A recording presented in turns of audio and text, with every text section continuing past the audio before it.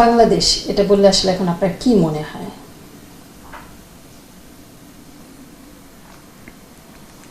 আসলে আমার আগে যা মনে হতো এখনও তাই মনে হয়, একটু অন্যরকম মনে হয় না।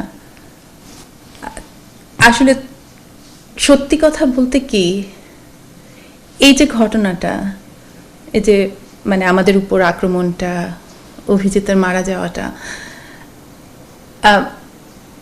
খুব অদ্ভুত একটা কারণে আমার কাছে এই জিনিসটা ব্যক্তিগত না, আমার লসটা ব্যক্তিগত, অভিজিতের না থাকাটা ব্যক্তিগত। কম একটা সময় ছিলাম, তো সেটার পরিপ্রেক্ষিতে মানে একটা সার্বিক দেশের একটা সার্বিক অবস্থার বিশ্লেষণ করা ঠিক না।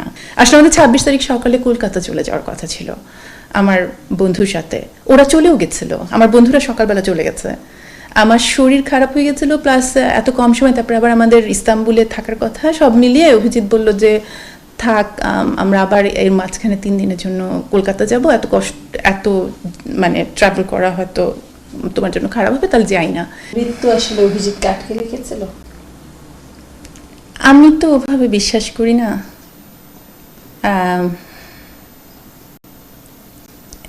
আমি কখন আসলে নিজেকে কেন হলো, কেন আমি ওটা করলাম না, কেন ওইভাবে করলাম, এইটা না করলে কি হতো, এইভাবে আমি কখনো চিন্তা করি না। আসলে ওইভাবে চিন্তা করলে আমি পাগল হয়ে যাব, তো সেজন্য আমি কখনো ওইভাবে চিন্তা করি না।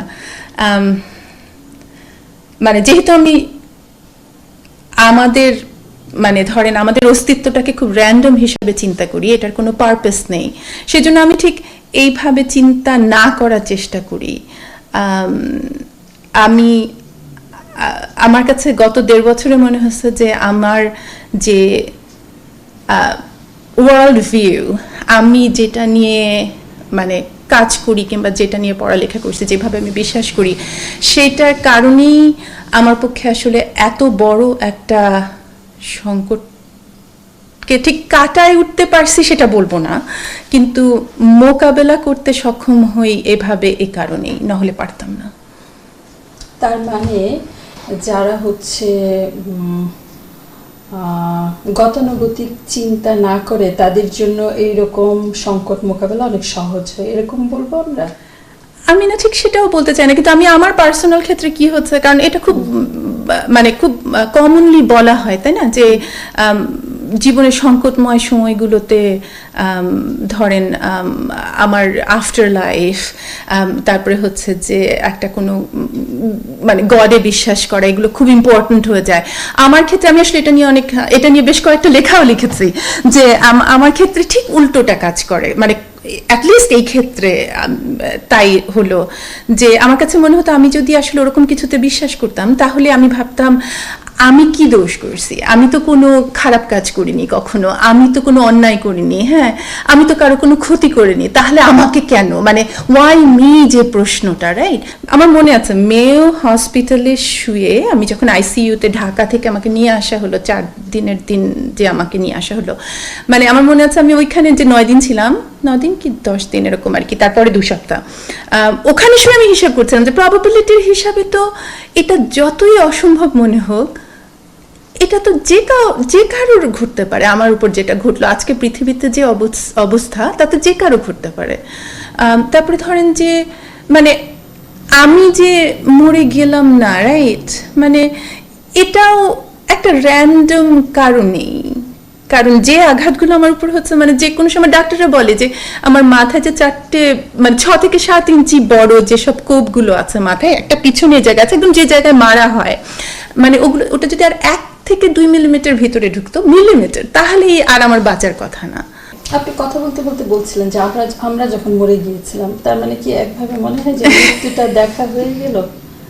হ্যাঁ হ্যাঁ, আমি আসলে কথাটা কদিন আগে ইউনিসেফের একটা বলতে গিয়ে একটা অডিও ইন্টারভিউ দিচ্ছিলাম।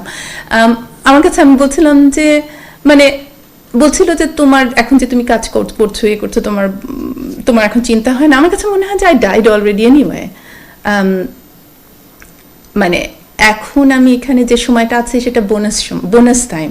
তো যে কাজগুলো করার ইচ্ছা ছিল সব সময়, যে কাজগুলো আমার কাছে অর্থপূর্ণ, হয়তো পৃথিবীর কাছেও কিছু মানে টু সার্টেন এক্সটেন্ট অর্থপূর্ণ হবে সেই কাজগুলোই করতে চাই। সেরকম কাজ আমরা একটু যদি বুঝতে চাই, কি করতে চান মানুষের জন্য, মেয়েদের জন্য, বা আমি জিজ্ঞেস করবো কিনা বাংলাদেশের জন্য?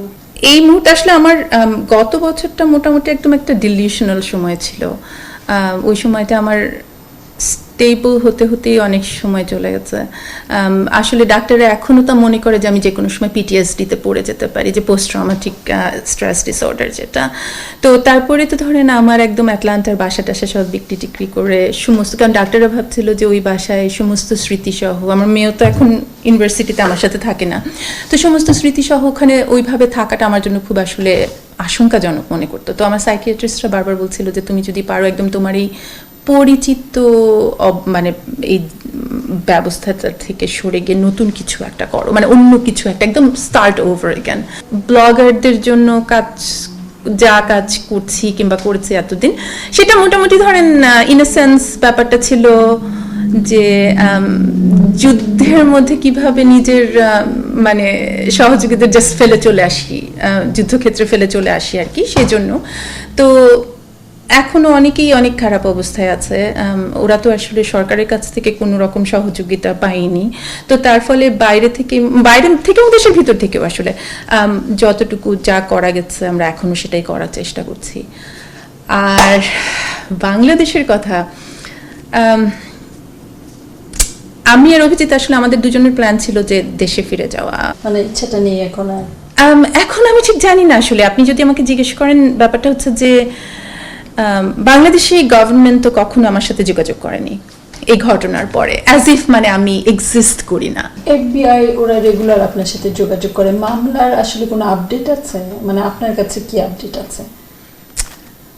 আমার কাছে আপডেট হচ্ছে বাংলাদেশ থেকে কখনো যেহেতু কেউ যোগাযোগ করেনি, আমি যা পত্রপত্রিকায় দেখি, কোনো পুলিশ অথরিটি কোনোদিন আমাকে ইন্টারভিউ করেনি, জানতে চাইনি, প্রশাসন বলেন সরকার বলেন, কোনোদিন না, আই ডোন্ট এক্সিস্ট, মানে এরকম মনে হয় ব্যাপারটা। এরকম হয়নি যে এফবিআই এর থ্রুতে তারা আপনার? সেটা হয়তো হতে পারে, এফবিআই আমার সাথে সবসময় যোগাযোগ রাখে, তো এখন যদি সেটাই ওদের একমাত্র উপায় হয় তাহলে তো আমি সেটা জানি না। তো যেমন ধরেন যখন কদিন পর আগে আর কি, হোলি আর্টিসান বেকারির ঘটনার আগে, অন্যান্য ঘটনার আগে, যখন ওরা ইয়ে করতো, মাঝে মাঝে যে প্রেস রিলিজ দিত না পুলিশ, যে আমরা এই পেয়েছি, ওই করেছি, এটা সেটা, তো তখন আমি আবার এফবিআই এর কাছে গিয়ে বলতাম যে ওরা এটা বললো, ওরা বলছে যে তোমাদের জন্য নাকি ওয়েট করে আছে, তোমরা ডিএনএ রেজাল্ট দাওনি। তো ওরা হাসতো, ওরা বলতো যে অদ্ভুত ব্যাপার হচ্ছে যে আমরা আমাদের যে অ্যাটাচে মানে এফবিআই, সে তো বোঝে, কিন্তু তারপরে আবার দুদিন পরে এরকম হাস্যকর সব প্রেস রিলিজ কেন দেয় আমরা জানি না, একদম মানে ওয়ার্ড বাই ওয়ার্ড এটাই বলতো ওরা। তার মানে এটা এখনো এফবিআই ইনভেস্টিগেশন করছে, রাইট? তাই তো বলে। আমি আর কিন্তু বাংলাদেশে আমরা জানি যে লাইক অপরাধীরা চিহ্নিত হয়েছে, কেউ কেউ ধরা পড়েছে। হ্যাঁ, ওরা তো চিহ্নিত প্রথম থেকে, তো অনেক রকমের কাহিনী বোধহয় জানেন, তাই না? প্রথমে বললো এই 8 জন না 7 জন, তারপরে বললো যে অমুকে পাওয়া গেছে, তার মধ্যে বোধহয় একজনকে ওরা ধরেছিল যে শরীফ, তাকে তো আবার ক্রস ফায়ারে মেরে ফেললো। তো সেটা থেকে নিশ্চয়ই প্রশ্ন ওঠে না যে এই মানুষগুলোকে যাদেরকে ধরা হলো, অনেকেই যে ক্রস ফায়ারে মেরে ফেলা হলো, হয়তো ওদের কাছ থেকে ওদের কথাগুলো প্রকাশ হয়ে যাক সেটা চায় না বলেই এরকমটা ঘটে, না হলে একটার পর একটা এভাবে ক্রস ফায়ারে যাদেরকে ধরে তাদেরকে নিয়ে যে, মানে এটা বেশ হাস্যকর একটা ব্যাপার।